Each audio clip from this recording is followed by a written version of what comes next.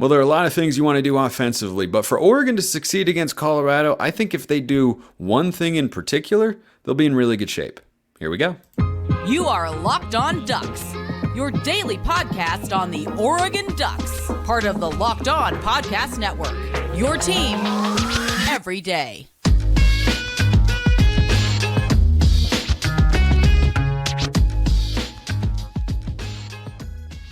Yes, it is that time once again for Locked On Ducks. I'm your host, Spencer McLaughlin. Thank you so much for making this your first listen or your first view of the day. Part of the Locked On Podcast Network, your team every day in your number one source to stay up to date with the Ducks. If you have not already, please like, comment, subscribe, rate, review. Please and thank you wherever you listen to or watch this show. We hit 3,500 on YouTube. Thank you so much. Thousands more on podcasts. Appreciate everybody. Today's episode is brought to you by Jace Medical. Empower yourself when you purchase a Jace case, providing you with a personal supply of 5 antibiotics that treat over 50 infections. Get yours today at jacemedical.com. That's JASE medical.com. The big matchup gets another day closer as you listen to or watch this show. We are just 2 days away. We could be even 1 day away by the time you listen or watch, to Colorado and Oregon. Ducks are still sitting at around a 21-point favorite. I imagine a lot of bets will come in on the Buffs to cover that. This Oregon offense has the capability to score a lot of points on Colorado. I say that with a twofold belief. On the one hand, Oregon's offense has looked very good. They went on the road in a Power 5 game, put up 31 points against Texas Tech, didn't have a good third quarter. Absolutely has to be better there. Got to be able to run the football better. They were not perfect. They were good when they needed to. They were explosive. They were dynamic. They have a lot of playmakers. They have a great quarterback. The offensive line has been dynamite in pass protection so far. Hopefully they're able to run the ball this weekend. They have a lot of weapons. They have good running backs, good tight ends. You got everything you need. You got everything you need to succeed offensively. You just got to get a little bit better at run blocking, and I think they're capable of doing that as this unit gels more and more as the season continues. The other reason that Oregon's offense is poised for success is that Colorado's defense is not very good. So against TCU, a team who I think Oregon is better than, TCU put up 42 points in that game. If Oregon goes over 40 points in this game, I'm pretty darn confident that they will win. And if they don't turn the ball over, they're going to have a good chance to do that. Because TCU in that football game, it was in Fort Worth, so too is Oregon at home in this particular matchup. They turned the ball over twice inside the 5-yard line. Travis Hunter made an incredible play. He's not there for the Colorado defense this week. There was an interception by another safety thrown in the end zone. Those two plays were needed for Colorado to hold TCU to 42 points. If we just protect the football, the offense is going to be able to score. Colorado State put up 28 on the road. Nebraska only put up 14. Their offense is anemic. This is the best offense that Colorado has faced this season, and they are now without their most important defensive player, who against TCU was doing everything he could to get them off the field, to make plays. He was making plays, and to give them a quality defensive performance. They still allowed over 40 points. I think you could argue if Oregon doesn't score 40 in this game, we'd be asking questions about, hey, what happened offensively? Like if we look up and the final score of this game is, 31-20, that wouldn't be the performance that we are hoping for. Both on we want Oregon to win the Pac-12, and there are a lot of people out there as well, I know, who would like to beat Colorado really badly because they're Colorado. So offensively, we have everything we need. Defensively, Colorado has struggled so far this season, and the numbers reflect that. They're 122nd in total defense this year. Oregon last year was around the same benchmark in third down defense. Remember how horrible that felt? Just not being able to get off the field over and over every time a third down came up, whether it was 3rd and 2 or 3rd and 12? That's what Colorado's defense has been in every facet this year. 460 yards a game their opponents are gaining on them so far this season. Now, TCU knows how to score. They've got an offensive coach, some solid weapons, a capable quarterback. It's not an elite offense, as we know, but it's certainly good. Like TCU, I'd say, from what we've seen so far, and if you go look at their numbers, they've looked like a good offense. I don't think as good as Oregon's, but a good offense. Nebraska's offense is terrible. They have a quarterback who can't throw. We don't have that problem. Nebraska against Colorado ran for about 5 yards a carry. We should be able to hit that threshold or around there. That is Colorado's average yards per carry allowed per game this season. 5 yards a carry. If Oregon can't get in that sort of range, that's going to be a concern because Colorado is far from the best or most physical front seven or defense in general that the Ducks are going to face this season. They allow 195 rushing yards per game. The Colorado Buffaloes do through 3 games this year. Against Nebraska, a team that I don't think is finishing over 500. Colorado State that might not finish over 500 in the Mountain West. And TCU that I think is kind of comparable to Texas Tech. A 7 or 8 win team in the Big 12. So if Oregon just protects the football, they're going to have the chance and they have the personnel to match up with Colorado and score points. Now, how did the Buffs win the game? It's a shootout. It comes down to the defense. I feel confident in Oregon here because we are at home, because Travis Hunter's not playing, and because I think Oregon, though Colorado is obviously much improved, is still a better overall football team than the Buffs. And it'll come down to the defense. But offensively, I look at what we bring to the table and say, it's better than anything Colorado has seen so far, and their defense has been atrocious this year. They have been really, really bad. So, no reason the offense shouldn't have a lot of success this week. If they don't, then that will be a sign of concern that we talk about at that point in time. But all the numbers point right now to Oregon having success against this Colorado defense. I think we should be able to get 40 or more points. I think we will. And if we do that, we're not allowed more than 40 points in Autzen Stadium, hence why I think we will win the football game. So, curious as to your thoughts on that. YouTube comments, hit me up on Twitter, or if you want priority mailbag questions, you can join the Locked On Ducks subtext community. Link in the description below where you can get a subscription to Subtext, free for 14 days. Then it's $5 a month. Talk with me one-on-one. Get priority mailbag questions. Not a requirement, just an option for some of you out there, which some of you have chosen to do. You can also send me mailbag questions on Twitter and YouTube as always, and continue to consume it as you are right now. This question came in from the Subtext community. A pair of questions. One, I am unfortunately living in enemy territory this week. I live in Colorado. Ouch. I see so many CU bandwagoners saying that Oregon is bad, Oregon won't beat Colorado, Colorado by 50, etc. But I wonder, what is something you deal with living in Utah, and what have you done to calm down the crowd around you? So first on the Buffs side of things. So I've definitely seen this a decent amount online, as is the case when you monitor the YouTube comment section. And I've, interacted with Colorado fans for a long time now over on Locked On Pac-12. And I understand their passion. And when you are wrong about them, they are keen to let you know. If you are right about them, as I was last year, they go quiet, which is kind of like every other fan base right now.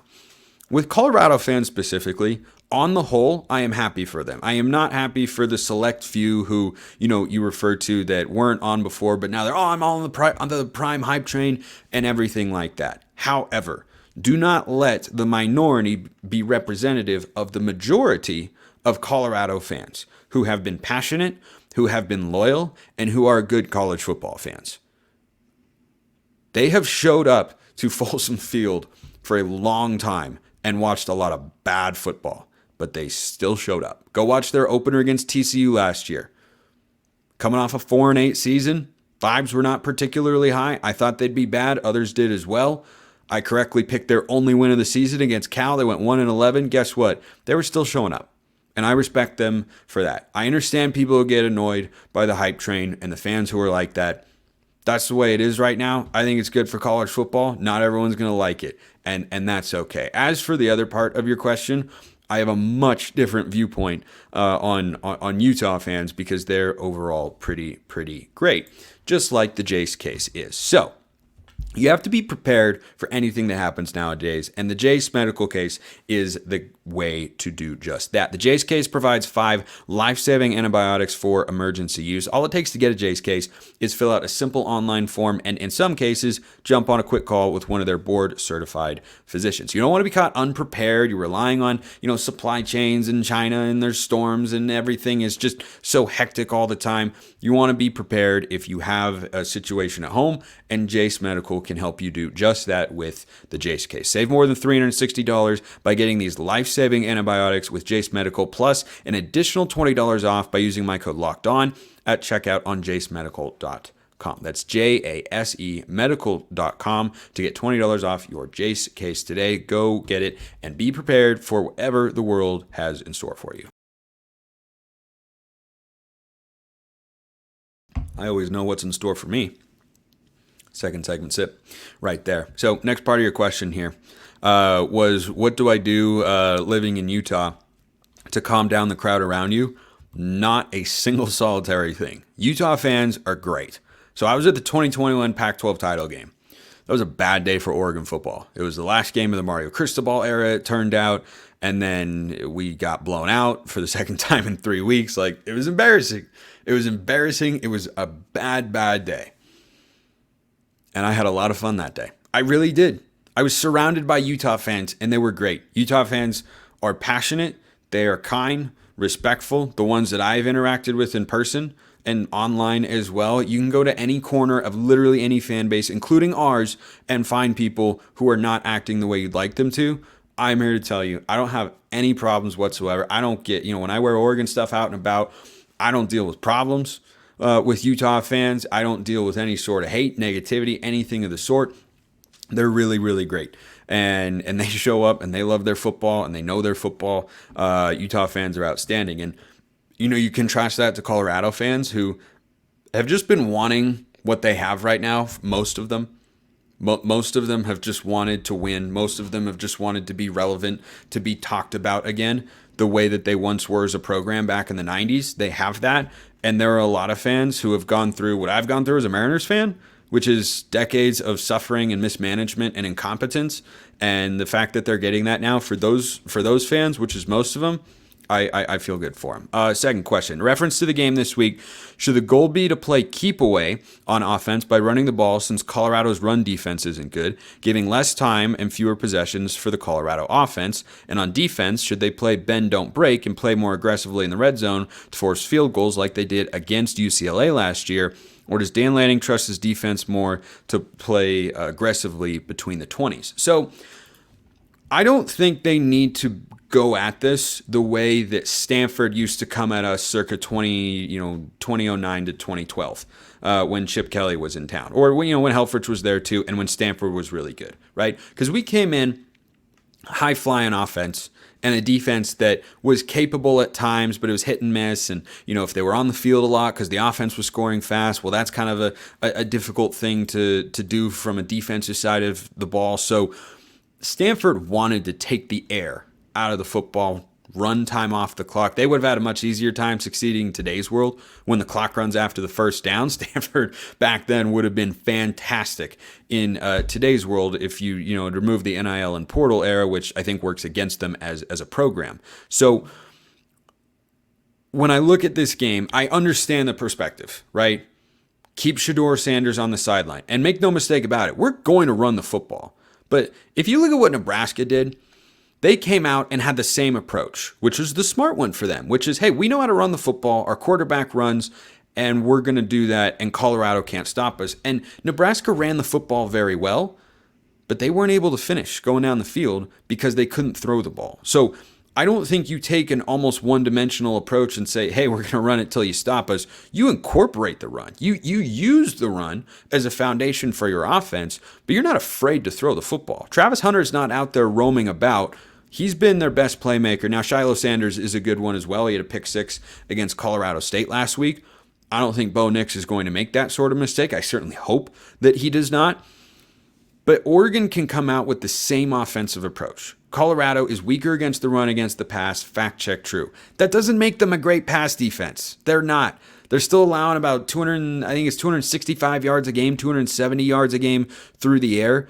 That's a little bit more than what Oregon allowed per game in 2022. If memory serves, I'm going to pull that up real quick. But I think that the offense has shown that they've got the weapons, that they've got the depth and the talent to be able to operate in whatever way they want. Oregon allowed 284 passing yards a game last year. So far, Colorado's pass defense has been a little bit better than Oregon's was through 12 games a season ago, or through 13 games, rather, a season ago.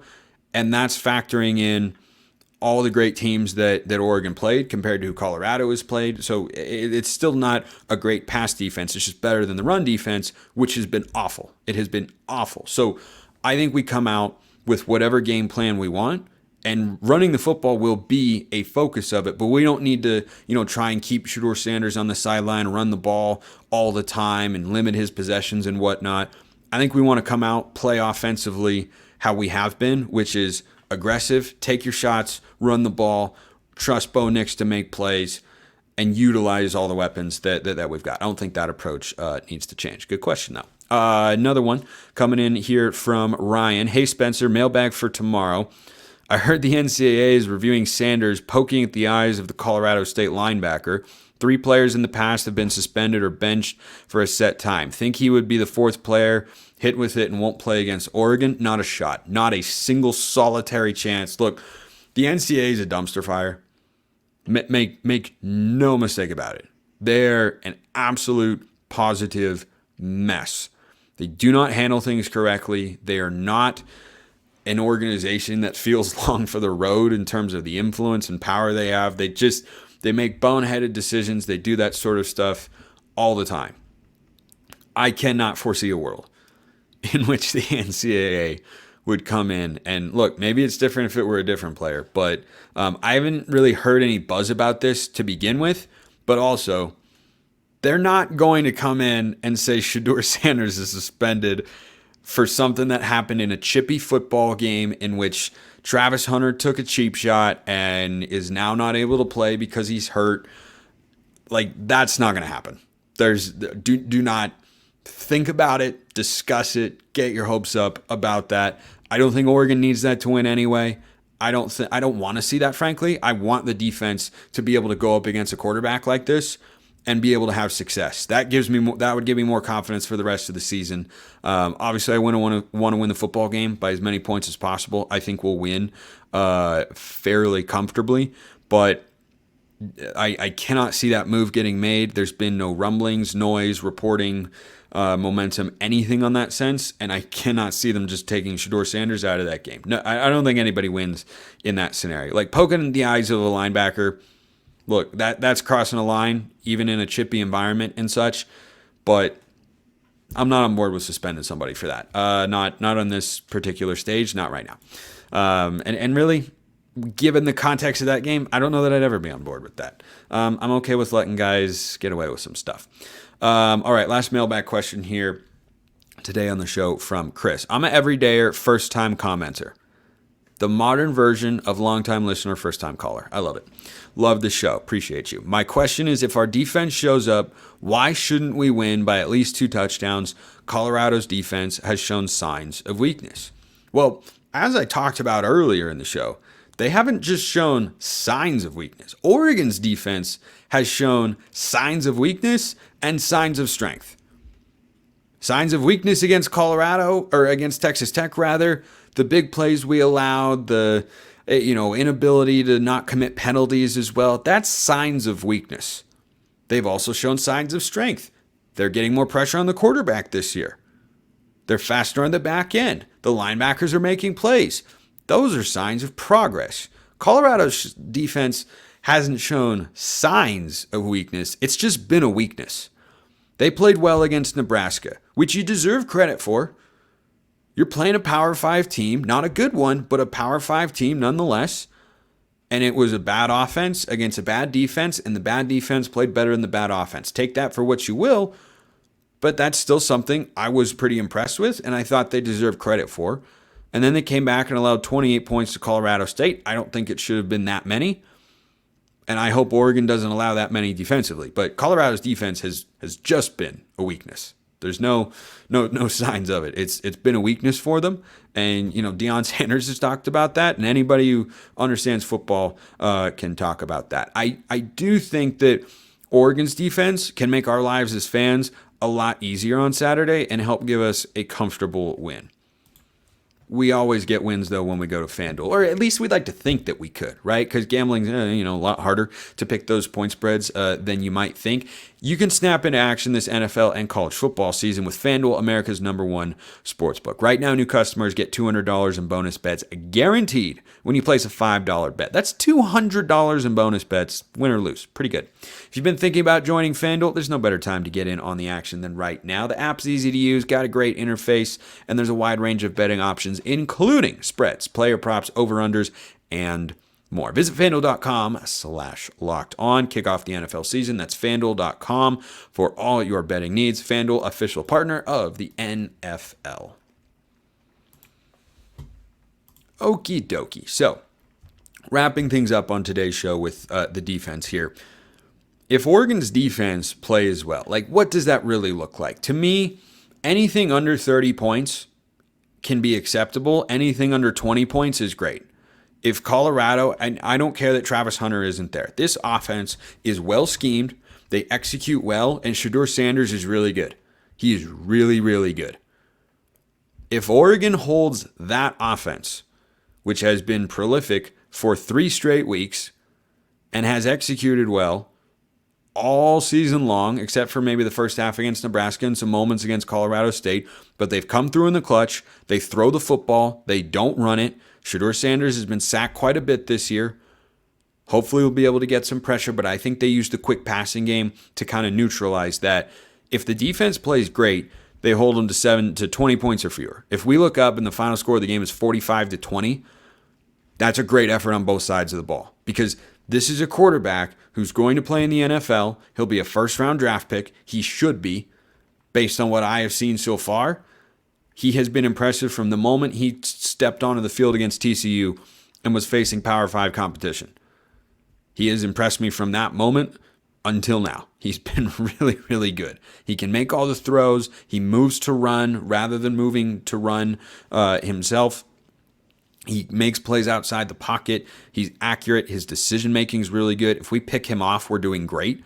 The only interception he's thrown this year was at one point in time in the hands of his receiver. He had it wrestled away by a Colorado State defensive back who made one heck of a play. This will be a good test for Tosh Lupoy. This will be a good test for the secondary. This will be a good test for Oregon's defense as a whole, because that's a really good quarterback with good receivers and a really good offensive coordinator. He's missing his #1 wide receiver. There are still capable ones out there. Travis Hunter has not been catching 300 yards a game, but Shedeur Sanders has been throwing he's like top 5 in the country in passing yards a game right now. So he's someone who is going to test Oregon's defense, as I talked about earlier this week on the show on Tuesday. And I think that is, or Wednesday, I think that was Wednesday, yesterday's show with Max. And I think that's going to be a great test for the defense. And if they play well, if you hold Colorado to 24 or fewer points, I don't see a world in which we are scoring under 35. If we do, that'd be a major disappointment. Seriously. To me, against this defense and what other people have put up against them, 35 points is a benchmark for success. If the final score of the game is 38-24, it'll be, okay, that's fine. If the final score is 48-24, okay, now we're doing something right. And if the final score is 42 or let's say 45-17, gosh almighty, that would feel really, really good. It's not going to be easy. It is, however, doable, and why it's a really good test for the Ducks. And if the defense shows up, I don't have any reservations in a major way about the offense. Without Travis Hunter, nothing about Colorado scares me defensively. And we're at home. So I have confidence we'll be able to score points. If the defense shows up, like you said, no reason we can't win by multiple scores and give us a nice win against a top 25 opponent on Saturday and keep us inside the AP top 10. Heck, you never know. Maybe move up a spot or two, because between Notre Dame and Ohio State, someone's got to move. Appreciate everyone listening. I'll see you next time. Have a wonderful rest of your day, and go Ducks.